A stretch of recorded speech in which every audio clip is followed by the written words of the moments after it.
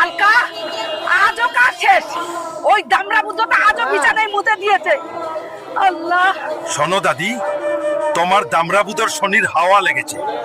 এটা শুধু একমাত্র কেতলি বাবাই ঠিক করতে পারবে। হাই রে কপাল, ঠিকই বলছিস, শনির হাওয়া লেগেছে। তুই এখানে দাঁড়িয়ে কি করছিস? যা এখনই কেতলি বাবাকে ধরে নিয়ে আয়। দাদি, ও দাদি, তোমার পার্সেল নিয়ে এসেছি। এখন বলো ওকে কোথায় নামাবো? আহারে হালকা, এ কি বিরাট সমস্যা।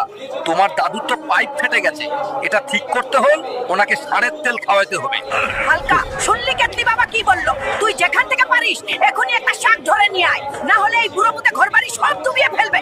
আমার সঙ্গে পাগলামি, চল এবার।